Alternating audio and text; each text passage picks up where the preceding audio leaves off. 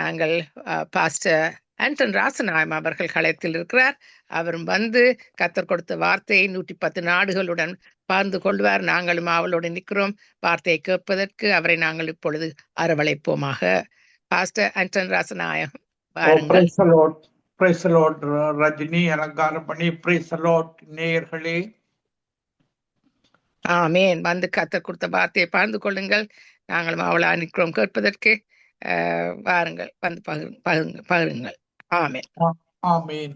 நாங்கள் இன்றைக்கு பழைய ஏற்பாட்டு காலத்துல தேவனுடைய ஆவியானவர் எப்படி செயற்பட்டார் என்று நாங்கள் பார்க்க போகிறோம். ஒரு ஜெபத்துடன் ஆரம்பிப்போம்.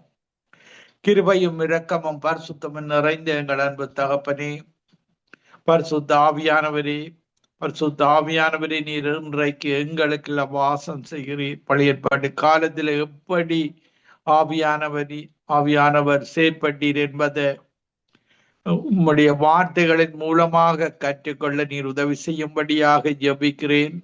என்னுடைய வாயின் வார்த்தைகளும் இருதயத்தை தியானங்களும் உமக்கு பிரியமாக இருக்க இந்த வார்த்தைகளை கேட்கிற ஒவ்வொருவரும் ஆவியானவருடைய வழியில நடந்து உம்முடைய ராஜ்யத்துக்கு வந்து சேர கிருபை செய்வீராக.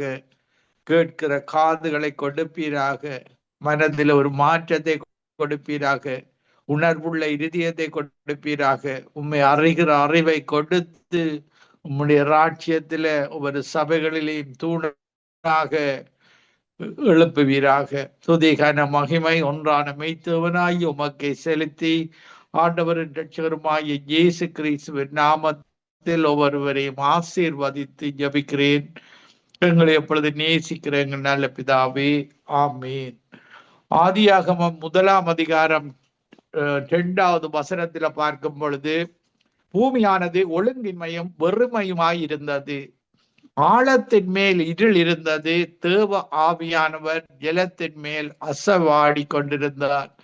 எங்களுடைய ஒன்றான மெய்த்தவன் தான் இந்த உலகத்தை படைத்தவர். சூரியன், சந்திரன் எல்லாவற்றையும் படைத்தவர். அவர் படைப்பின் இருக்கும் பொழுது, படைக்கும் பொழுது பாருங்கள், இது இந்த பூமி ஒரு ஒழுங்கின்மை, வெறுமை, ஒரு இந்த இருளுள்ள ஒரு இருளுள்ள உலகமாக இருந்தது. தேவ ஆவியானவர் ஜலத்தின் மேல் அசைவாடி கொண்டிருந்தார். இப்படியான தேவ ஆவியானவர் இப்படியாக வெளிச்சம் கடவது, சூரிய சுடர்கள் கடவது, தேவன் தான் ஆவியானவராக செயற்பட்டு இவற்றை உருவாக்கினார். தேவன் உருவாக்கினார். அவர்தான் இந்த உலகத்தை படைத்த ஒன்றான மெய்த்தேவன் என்பது வேதாகமத்தில சொல்லப்பட்ட அந்த தேவன் தான் இவற்றை, இந்த உலகத்தை உருவாக்கின தேவன். எங்களுடைய தேவன் கிரியேட்டர். பாருங்கள், மதங்களில பார்த்தீர்களாக இருந்தால், மதங்கள் கைவேலையினால மனிதர்களுடைய கைவேலையாக இருக்கிறது. இப்படியாக தேவர்களின் வணக்கங்கள், விக்கிரகங்களை உருவாக்கி அவைகளுக்கு பின்னால் ஒரு தேவர்கள் செயற்படுவார்கள். எங்களுடைய தேவன் தேவாதி தேவனாக, கர்த்தாதி கர்த்தராக, அல்பா ஒமேகாவாக அவர்தான் இந்த உலகத்தை உருவாக்கிறவர். தொடக்கமும் முடிவும், இந்த உலகத்தை முடிவுக்கு கடந்து புதிய வானம் புதிய பூமியை உருவாக்குகிறவர். இப்படியான தேவன் ஒரு கிரியேட்டர் தான் எங்களுடைய தேவன், உருவாக்கும் தேவன். உங்களுக்கு தேவைகளுக்கு நீங்கள் ஜெபம் பண்ணும் பொழுது அவர் இல்லாத இடங்களில் அதை உருவாக்கி கொடுப்பார். பாருங்கள், அந்த ஆகார் தன்னுடைய பிள்ளையை எடுத்து சென்ற பொழுது பாருங்கள், தண்ணி இல்லாமல் அழும் பொழுது அவர் அந்த துறவையை உருவாக்கி அந்த பிள்ளைக்கு தண்ணீரை கொடுத்தார். அந்த துறவு தான் இன்றைக்கு சவுதி அரேபியாவில மெக்காவில இன்றைக்கு அந்த மெக்காவுக்கு போகிற ஜனங்கள் அருந்துகிற தண்ணீராக இருக்கிறது. இப்படியாக உருவாக்கும் தேவன் தான் எங்களுடைய தேவன், மெய்த்தேவன். நாங்கள் மதங்களை ஆராதிக்கிறவர்கள் அல்ல. வேதாகமத்தில் சொல்லப்பட்ட அந்த ஒன்றான மெய்த்தேவனாய் உம்மையும் நீரப்பினவராகிய இயேசு கிறிஸ்துவையும் அறிந்து கொள்ளும் பொழுது, அந்த மெய்த்தவனை அறிந்து கொள்ளும் பொழுது எங்களுக்கு இன்மைக்கு பின்பு மறுமையில் ஒரு நித்தியமான வாழுகிற வாழ்வை அவர் தருகிற தேவனாக இருக்கிறார். பாருங்கள், அவருடைய ஆவியானவர், பரிசுத்த ஆவியானவர் புதிய ஏற்பாட்டில் வாழுகிற ஒவ்வொருவருக்கும் நீங்கள் அந்த பரிசுத்த ஆவியின் அபிஷேகத்தை அவர் தருகிறவராக இருக்கிறார். பரிசுத்த ஆவி உங்களுக்குள்ள வாசம் செய்கிறார். பாருங்கள், Father God, Jesus God, Holy Spirit God, பரிசுத்த ஆவியானவர் எங்களுக்குள்ள வாசம் செய்து எங்களை கண்டித்து உணர்த்தி வழி நடத்துகிறார். பாவத்தை குறித்து, நீதியை குறித்து, நியாய தீர்ப்பை குறித்து. இந்த பாவம் பொல்லாதது. இந்த பாவத்தில தொடர்ந்து வாழ்வீர்களாக இருந்தால் அது நரகத்துக்கு இழுத்து செல்கிறதாக இருக்கிறது. நரகம் ஒரு பிசாசுக்கு ஒதுக்கப்பட்ட இடம், மனிதர்களுக்கு உருவாக்கப்பட்ட இடம் அல்ல. நீங்கள் பிசாசுக்கு இடம் கொடுக்கும் பொழுது, இந்த தீமையான காரியங்களுக்கு தொடர்ந்து இடம் கொடுக்கும் பொழுது பாருங்கள், அவன் திருடன், கொல்லான், அழிப்பான், அநியாயம் செய்வான், பொய் பேசுவான், பொய் இப்படியாக தவறான அவனுடைய வழியில நடக்கிற மக்களுக்கு ஒதுக்கப்பட்ட இடம்தான், தூதர்களுக்கு ஒதுக்கப்பட்ட இடம்தான் நரகம். பாருங்கள், ஏஞ்சல்ஸாக இருந்து அவர்கள் விழுந்து போன தூதர்கள் தான் இன்றைக்கு 1/3 பங்கு தூதர்கள். லூசிபரசும் அவனுக்கு கீழே இருந்த இந்த 1/3 பங்கு தூதர்களும் தேவனுக்கு எதிராக, இயேசுவுக்கு எதிராக இன்றைக்கு செயற்படுகிறார்கள். அவர்கள் மதங்களுக்கு ஊடாக இந்த மனிதனை விழுங்கலாம் என்று சொல்லி பாவத்தை செய்ய மனதில் இச்சையை கொடுத்து இப்படி பாவத்தின் மூலமாக தேவனை மனிதனை பிரிப்பதுதான் பிசாசுடைய கிரிகையாக இருக்கிறது. மதங்களுக்கு ஊடாக, தவறான பாவ காரியங்களுக்கு ஊடாக தேவனிடத்தில இருந்து, எங்களுடைய ஒன்றான மெய்த்தேவனிடத்தில இருந்து மனிதனை பிரித்து விடும் பொழுது பாருங்கள், பாவத்தை தொடர்ந்து செய்யும் பொழுது மனிதனும் அந்த நரகத்தை நோக்கி பார்க்கிறான். தேவன் ஒருவரையும் போர்ஸ் பண்ணுவதில்லை. எங்களுடைய ஒன்றான மெய்த்தேவன் அவர் ஒரு ஜென்டல்மேன், தெரிவை தந்திருக்கிறார். நீங்கள் இயேசுவிடத்துல வந்தால் பரலோகத்துக்கு நானே வழியும் சத்தியமும் ஜீவனுமாயிருக்கிறேன், இயேசுவாலே அல்லாமல் ஒருவரும் பரலோகம் போக முடியாது. போர்ஸ் பண்ணி இங்குதான் வரணும் என்று அவர் உங்களை அழைக்கவில்லை. உங்களுக்கு ஒரு உரிமையை தந்திருக்கிறார். தான் எங்களுடைய தேவன். பிசாசு உங்களிடத்துல வந்து நீங்கள் இடம் கொடுக்காவிட்டாலும் உங்களுடைய பழைய பாவங்களுக்கு கூடாக வந்து உங்களை எப்படியாவது இழுத்து செல்லுவான். எங்களுடைய தேவன் நீதி செய்கிற தேவன், தீமையை பார்க்க மாட்டாத சுத்த கண்ணன், நன்மையான ஈவுகளை பரிபூர்ணமான வரங்களை தருகிறவர் தான். ஒரு தீமை கூட எங்களுடைய தேவனோ இயேசுவோ செய்வதே இல்லை. ஒரு தீமை கூட, எல்லாம் நன்மையை செய்கிறவர் தான் எங்களுடைய ஒன்றான மெய்த்தேவன். இன்றைக்கு தீமை செய்கிறவன் பிசாசும், விழுந்து போன ஏஞ்சல்ஸும் அவனுடைய தூதர்களும். பாருங்கள், அந்த லூசிபரஸ் தேவனை துதித்து கொண்டிருந்தவன், அவன் பாவம் செய்ததன் மூலமாக தேவனை போல் மாற வேண்டும் என்று இருதயத்தில் அவன் சிந்தித்ததனூடாக மீட்சிமை அடைந்து தேவனுக்கு மேலாக தன்னுடைய சிங்காசனத்தை அமைக்க வேண்டும் என்ற எண்ணத்தோடு இருதயத்தில சிந்தித்ததன் நிமித்தம் அவன் தள்ளுண்டு போனதை பார்க்கக்கூடியதாக இருக்கிறது. நீங்கள் எசேக்கியேல் 28ஆம் அதிகாரம், ஏசாயா 14ஆம் அதிகாரத்திலேயும் இந்த தள்ளுப்பட்டு இந்த பிசாசு 1/3 பங்கு தூதர்களும் தள்ளுப்பட்டு போனதை நாங்கள் வாசிக்கக்கூடியதாக இருக்கிறது. பாருங்கள், தேவனோடு மிக்காவேல் தூதரும் அவனுக்கு கீழே உள்ள தூதர்களும்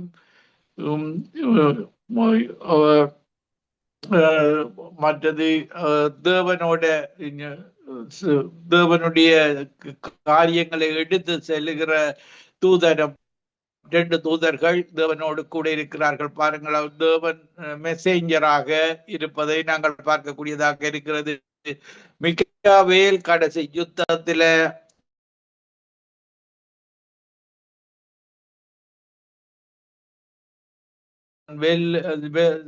வெற்றி கொள்ளுகிறவனாக அவன் இறுதி யுத்தத்துக்கு மிக்காவேலும் அவனுடைய தூதர்களும் இருக்கிறார்கள்.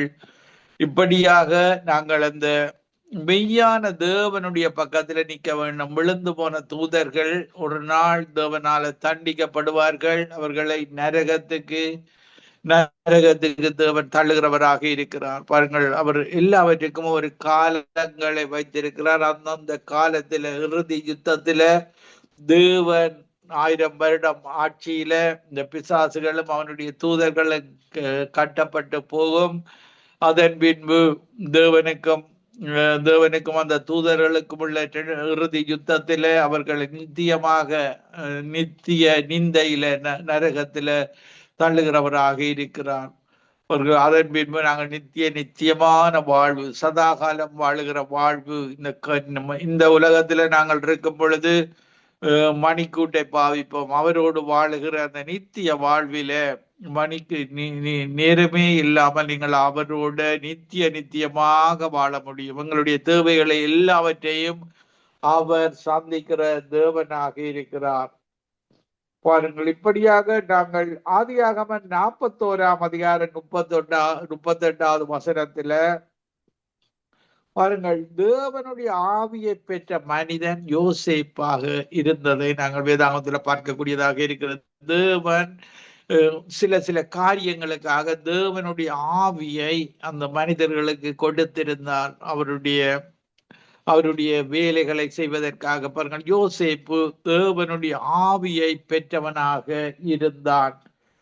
ஆதியாகமம் 41ஆம் அதிகாரம் 38வது வசனத்துல பார்வோன் தன் ஊழியக்காரரை நோக்கி, தேவ ஆவியை பெற்ற இந்த மனுஷனைப் போல வேறொருவன் உண்டோ என்றான். பின்பு பார்வோன் யோசேப்பை நோக்கி, தேவன் இவை எல்லாவற்றையும் உனக்கு வெளிப்படுத்தி இருக்கிறபடியால் உன்னை போல மிக விவேகமும் ஞானமும் உள்ளவன் வேறொருவனும் இல்லை.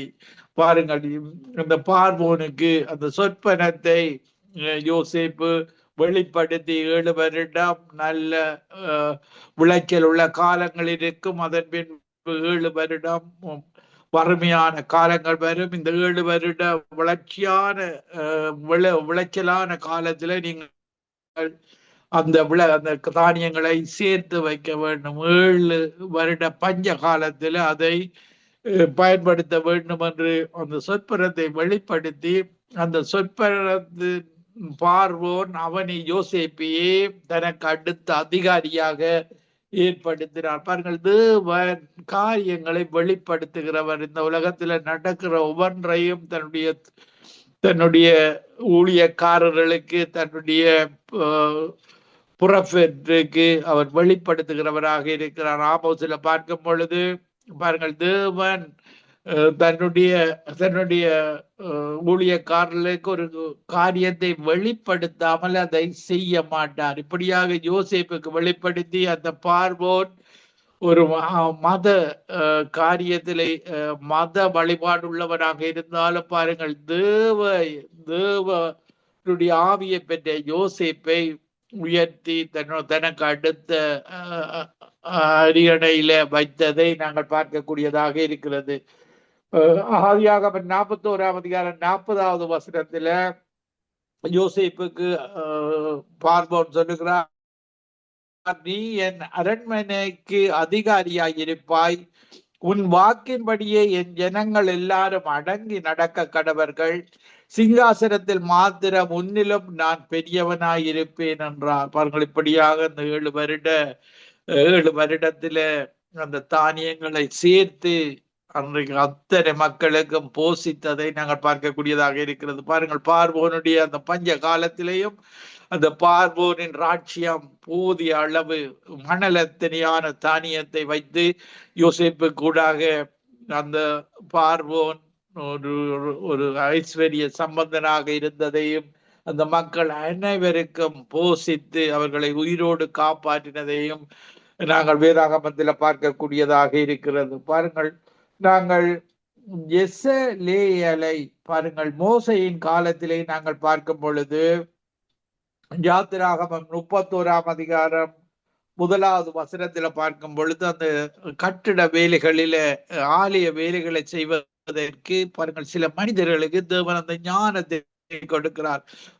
அப்படியான ஞானத்தை பெற்றவர்கள் இன்றைக்கு பல கிறிஸ்தவர்கள் தான் இந்த விஞ்ஞானத்துல அதிக கண்டுபிடிப்புகளை கண்டுபிடிக்கிறார்கள். இப்படியான தேவனுடைய ஆவியை பெற்றவர்கள் பலவிதமான கண்டுபிடிப்புகளை தேவனுடைய ஆவியின் மூலமாக அவர் வெளிப்படுத்துவதன் மூலமாக அவர்கள் அவர்கள் கண்டுகொள்வதை நாங்கள் பார்க்கக்கூடியதாக இருக்கிற தேவனை அதிகம் நேசிக்க அவருடைய ஆவியை பெற்றவர்களுக்கு தேவன் பல விஞ்ஞான அறிவை கொடுக்கிறவராக இருக்கிறார்.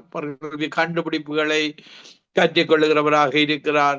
உங்களுடைய வியாபாரம் செய்ய வேண்டுமா இருந்தால் அவரிடத்தில் அந்த ஆலோசனையை, அவருடைய ஞானத்தை, புத்தியை, அறிவை அவர் தந்து நடத்துகிற தேவனாக இருக்கிறார். இப்படியாக நாங்கள் யாத்திராமம் 31ஆம் அதிகாரம் 2வது வசனத்துல, நான் யூதாவின் கோத்திரத்தில் ஊருடைய மகனான ஊரியின் குமாரன் பெசலேயலை பேர் சொல்லி அழைத்து வினோதமான வேலைகளை அவன் யோசித்து செய்கிறதற்கும் பொன்னிலும் வெள்ளியிலும் வெண்கலத்திலும் வேலை செய்கிறதற்கும் ரத்தினங்களை முத்திரையாக வெட்டி பதிக்கிறதற்கும் மரத்தில் சித்திர வேலைகளை செய்கிறதற்கும் மற்றும் சகலவித வேலைகளையும் யூகித்து செய்கிறதற்கும் வேண்டிய ஞானமும் புத்தியும் அறிவும் அவனுக்கு உண்டாக அவனை தேவ ஆவியினால் நிரப்பினேன். மறுபடியாக தேவன் அவர்கள் இப்படியான வேலை செய்கிறவர்களை இந்த காலத்துல ஒருவருமே இல்லை என்றுதான் சொல்லலாம். பாருங்கள், அவர்கள் செய்கிற காரியங்கள் வெள்ளியில வேலை செய்கிறார்கள்.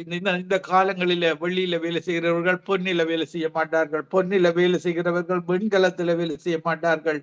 ரத்தினங்களை வெட்டுகிறவர்கள் மர வேலை செய்ய மாட்டார்கள். இப்படியாக எல்லா வேலையையும், மரம், எல்லா சித்திர வேலைகள், ரத்தின வேலைகள், இப்படி எல்லா வேலைகளையும் செய்கிறதற்குரிய ஞானமும் புத்தியும் அறிவும் அவனுக்கு உண்டாக அவனை தேவ ஆவியால் நிரப்பினேன். இப்படியான தேவன் தான் எங்களுடைய தேவன். ஞானத்தை, புத்தியை, அறிவை, ஆலோசனையை கொடுத்து சகலவித வேலைகளை தேவனுக்கு ஏற்ற விதமாக அந்த ஆலயத்தை செய்ய அவர் தேவ ஆவியினால் நிரப்பி செய்து முடித்ததை நாங்கள் பார்க்கக்கூடியதாக இருக்கிறது. பாருங்கள், மோசே யோசுவாவை அவருடைய கரங்களை வைத்து தன்னுடைய ஆவியை யோசுவாவுக்கு கொடுத்தார். பாருங்கள், தேவன் மோசேக்கு பின்பாக யோசுவாவை தெரிந்து கொண்டதை நாங்கள் வேத பாகத்துல பார்க்கக்கூடியதாக இருக்கிறது. மோசே செங்கடலை பிளர்ந்து மக்களை நடத்தி சொன்னால், அதன் பின்பு யோசுவா தான் அவர்களை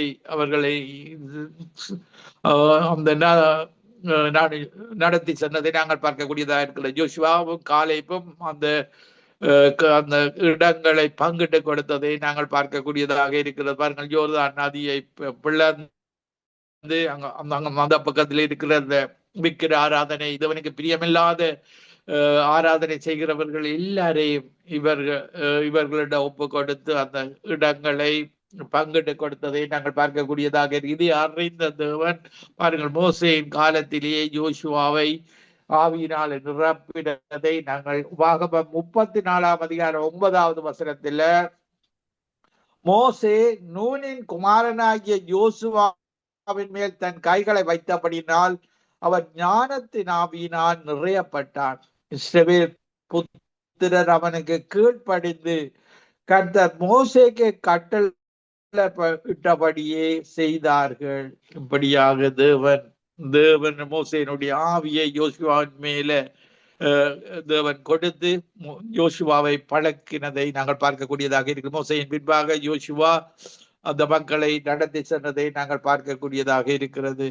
பாருங்கள், தேவன் கிதியோனை தெரிந்தெடுத்தார். இந்த எதிரான மக்களோடு போராடுவதற்காக அடிமைப்படுத்தின மக்களை பாருங்கள், கிதியோன் மூலமாக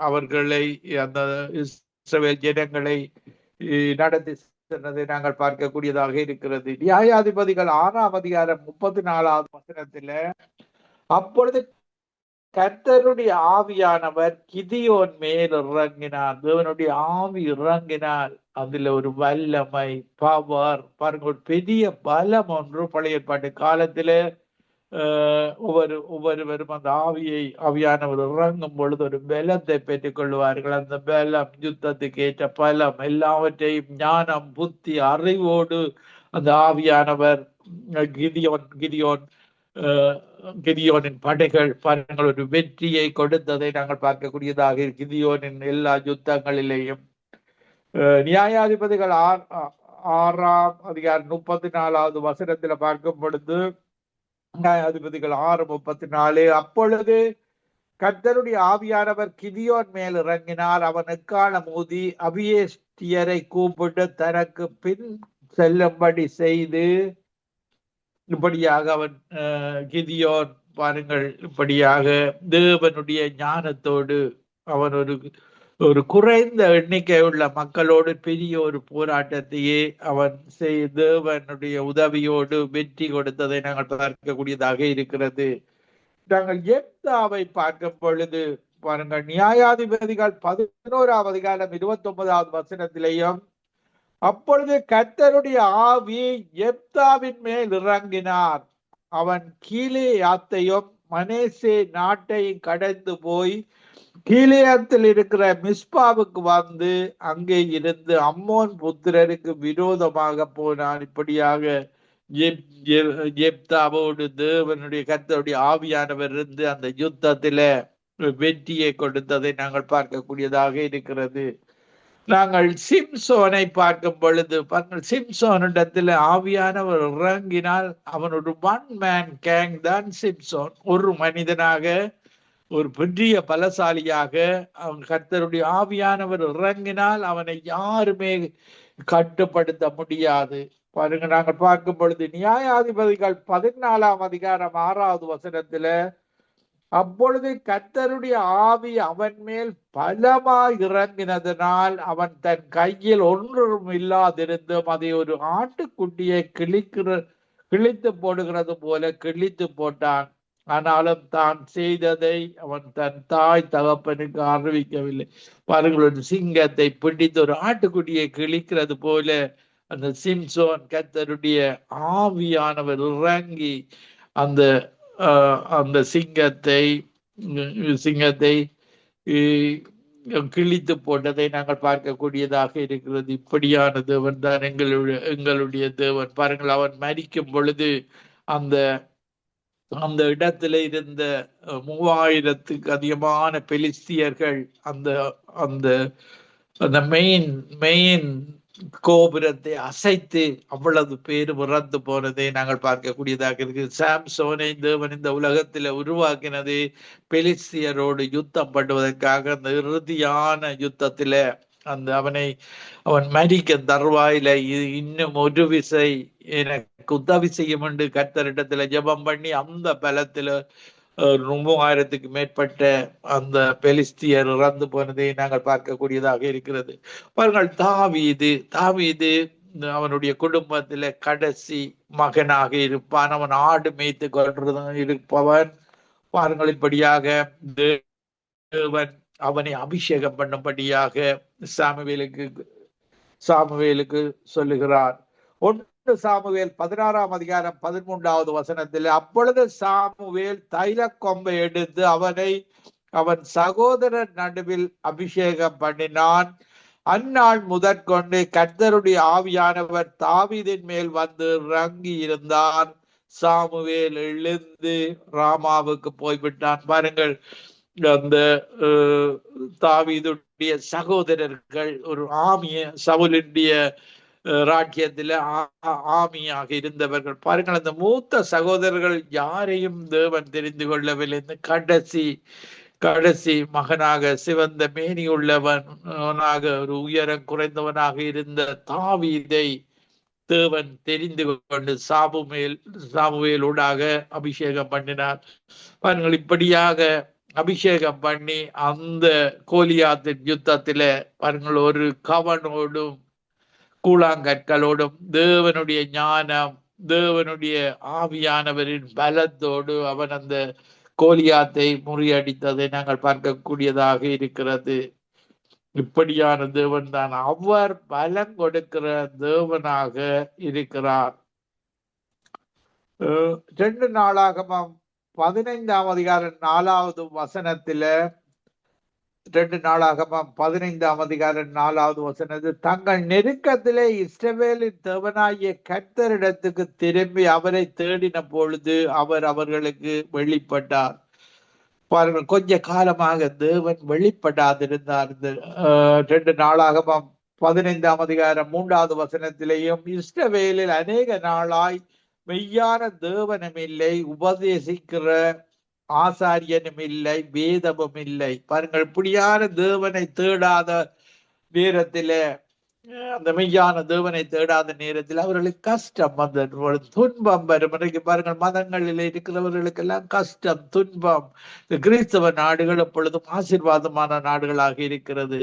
பழைய காலத்திலேருந்து நீங்க பார்த்தீர்களாக இருந்த, இப்பொழுது கொஞ்சம் சிறிது குழப்பி விட்டுட்டார்கள் இமிகிரேஷன் மூலமாக. பாருங்கள், ஆனால் அவர்கள் மனம் திரும்பி, பாருங்கள், அவர்கள் மனம் திரும்பி பொழுது, தங்கள் நெருக்கம் வரும் பொழுது, அந்த மெய்யான தேவனை தேடாமல் விட்டதன் நிமித்தம் நெருக்கம் வரும். அந்த நெருக்கத்தில் இஸ்ரவேலின் தேவனாகிய கர்த்தரிடத்திற்கு திரும்பி அவரை தேடின பொழுது அவர் அவர்களுக்கு வெளிப்பட்டதை நாங்கள் பார்க்கக்கூடியதாக இருக்கிறது.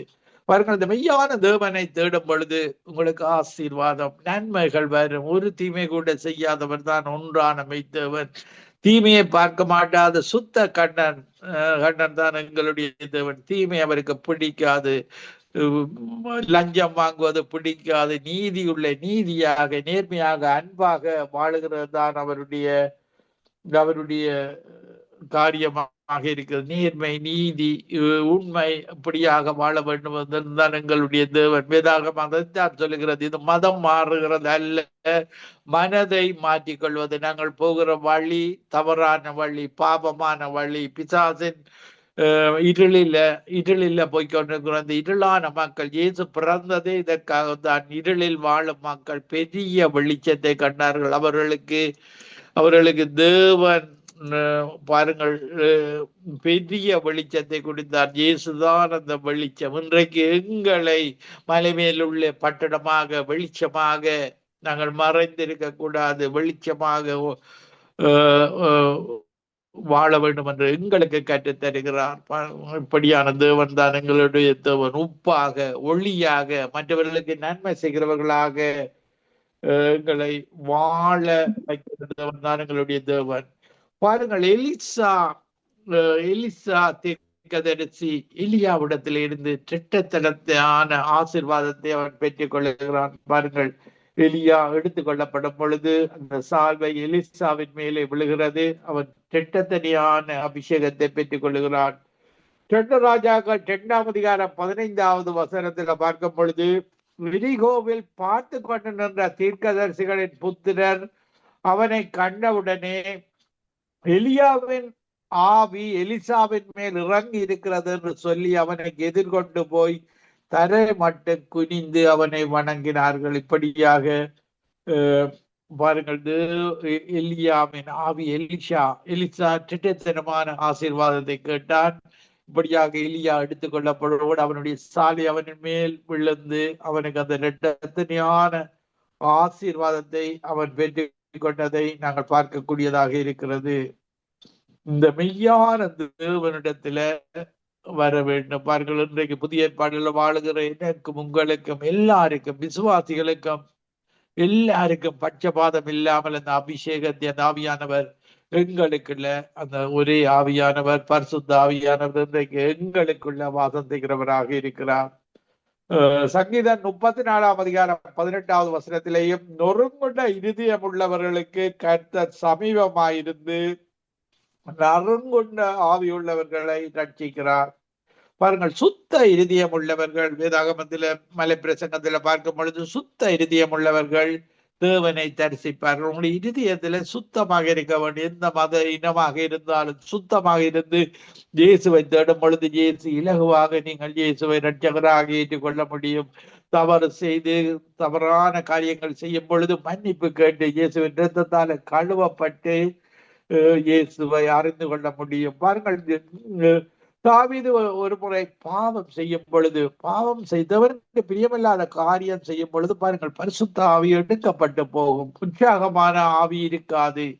இதற்காக தாவீது தேவனிடத்துல ஜெபம் பண்ணுகிறான். சங்கீதம் 51ஆம் அதிகாரம் 10வது வசனத்துல பார்க்கும் பொழுது, தேவனே அவன் கேட்கிறான் தேவனிடத்துல, தேவனே சுத்த இருதயத்தை என்னிலே சிருஷ்டியும், நிலைவரமான ஆவியை என் உள்ளத்திலே புதுப்பிய, நான் பாவம் செய்து விட்டு எனக்கு நிலைவரமான ஆவியை என் இருதயத்தில புதுப்பியும் என்று அவன் ஜெபம் பண்ணுவதை நாங்கள் பார்க்கக்கூடியதா இருக்கிறது. அடுத்த வசனத்திலேயும் 11வது வசனத்திலேயும், உமது சமூகத்தை விட்டு என்னை தள்ளாமலும் அது பரிசுத்த ஆவியை என்னிடத்திலிருந்து எடுத்து கொள்ளாமலும் இரும். பாருங்கள், சவுல் ராஜா பாவம் செய்த பொழுது தேவன் அவனிடத்தில் இருந்த பரிசுத்த ஆவியை எடுத்து போட்டார். பொல்லாத ஆவி அவனை பிடித்து கொண்டது. பாருங்கள், தேவனுக்கு பிரியமில்லாத காரியங்கள் செய்யும் பொழுது மனம் திரும்பாத பட்சத்துல தேவன் அந்த ஆவியை, பரிசுத்த ஆவியை எடுத்து போடுவார்கள். அவன் கேட்கிறான், உமது சமூகத்தை விட்டு என்னை தள்ளாமலும் உமது பரிசுத்த ஆவியை என்னிடத்தில் எடுத்துக் கொள்ளாமலும். பரிசுத்த ஆவி எடுக்கப்பட்டு விட்டா பொல்லாத ஆவிகள் வரும். அந்த மனிதனுடைய வாழ்வு இயேசு கிறிஸ்துவர் ருசித்து விட்டு அபிஷேகத்தை பெற்று விட்டு நீங்கள் ஒரு பொழுது பின்வாங்க கூடாது. உங்களுடைய முன்னிலைமையிலும் பார்க்க பின்னிலை அதிக கேடுள்ளதாக இருக்கும். பாருங்கள், இப்படியான தேவன் தான் எங்களுடைய தேவன். அவருடைய ஆவி அடுத்த வசனத்திலே பார்க்கும் பொழுது சங்கீதம் 51:12 உமது இரட்சணியத்தின் சந்தோஷத்தை திரும்பவும் எனக்கு தந்து உற்சாகமான ஆவியனை தாங்கும்படி செய்யும். பாருங்கள், சோர்வு வந்துடும். நீங்கள் தேவனோடு இருக்காவிட்டால் சந்தோஷம் இருக்காது, சோர்வு வந்துடும். உற்சாகமான ஆவியனை தாங்கும்படி செய்யும் என்று சொல்லி தேவனிடத்துல விழுந்து விட வேண்டும். பாருங்கள், தாவீது எந்த நிலையிலும் அந்த மெய்யான தேவனிடத்துல போய் விடுவான். மனிதர்களிடத்துல போக மாட்டான், வேறு காரியங்களை நம்ப மாட்டான். எங்களுடைய தேவன் தான் எங்களை வழி நடத்துகிறவராக இருக்கிறார். பாருங்கள், இந்த மனுஷனுடைய ஆவி கர்த்தர் தந்த தீபமாய் இருக்கிறது, அது உள்ளத்தில் உள்ளவைகளை எல்லாம் ஆராய்ந்து பார்க்கும். நீதிமொழிகள் 20ஆம் அதிகாரம் 27வது வசனம். மனுஷன் மரிக்கும் பொழுது பாருங்கள், பிரசங்கி 3ஆம் அதிகாரம் 21வது வசனத்துல, உயர ஏறும் மனுஷனுடைய ஆவியையும் தாழ பூமியில் இறங்கும் மிருகங்களுடைய ஆவியையும் அறிகிறவன் யார்? இப்படியாக இந்த சரீரமானது மண்ணுக்கு போகிறது, இந்த ஆவியும் ஆத்மாவும் தேவனிடத்துல போகிறது. இப்படியாக எல்லா ஆத்மாக்களும், நீங்கள் மனிதர்களாக இருக்கிற எல்லாருடைய ஆத்மாக்களும் தேவனுடைய ஆத்மாக்கள். அவர்தான் அந்த ஆவியை தந்தவர், சுவாசத்தை தந்தவர். இப்படியான தேவன் தான் எங்களுடைய தேவனாக இருக்கிறார். நான் ஒரு சிறிய பாடலை பாடி உங்களுக்காக ஜெபிக்கிறேன். அவர் அசைவாடும் ஆவியானவராக இருக்கிறார். அசைவாடும் ஆவியே தூய்மையே ஆவியே இடமசைய உள்ளம் நிரம்ப இறங்கி வாருமே பெல நடைய நிரப்பிடுமே பெலத்தினாவியே கனமடைய ஊற்றிடுமே ஞானத்தினாவியே தீற்றிடுமே உள்ளங்களை இயேசுவின் நாமத்தினான் ஆற்றிடுமே காயங்களை அபிஷேக தைலத்தினால். ஆண்டவரே, இந்த நிகழ்ச்சி கேட்டுக்கொண்டு ஒவ்வொருடைய காயங்களையும் ஆற்றிடும் உம்முடைய அபிஷேக தைலத்தினால. துடைத்திடுமே கண்ணீர் எல்லாம் கிருபையின் பொற்கரத்தா நிறைத்திடுமே ஆனந்தத்தால் மகிழ்வுடன் துதித்திடவே அலங்கரியும் வரங்களினால் எழும் ஒலித்திடவே தந்திடுமே கனிகளையும் நிறைவாக இப்பொழுதே அசைவாடும் ஆவியே தூய்மையே ஆவியே இடமசைய உள்ளம் நிரம்ப இறங்கி வாருமே. ஆமாண்டவரே, நிகழ்ச்சியை கேட்டுக்கொண்டிருக்கிற ஒவ்வொரு மக்களுக்காக ஜெபிக்கிறோம். பெந்தெகோஸ்தே என்ற நாள் வந்தபோது அவர்கள் ஒரு மனப்பட்டு ஒரு இடத்துல கூடின பொழுது இறங்கின அந்த ஆவியானவர் இந்த நேரத்துல ஒவ்வொருவர் மேலும் இறங்கும்படியாக ஜெபிக்கிறேன். இந்த name of Jesus, mighty name of Jesus, holy name of Jesus.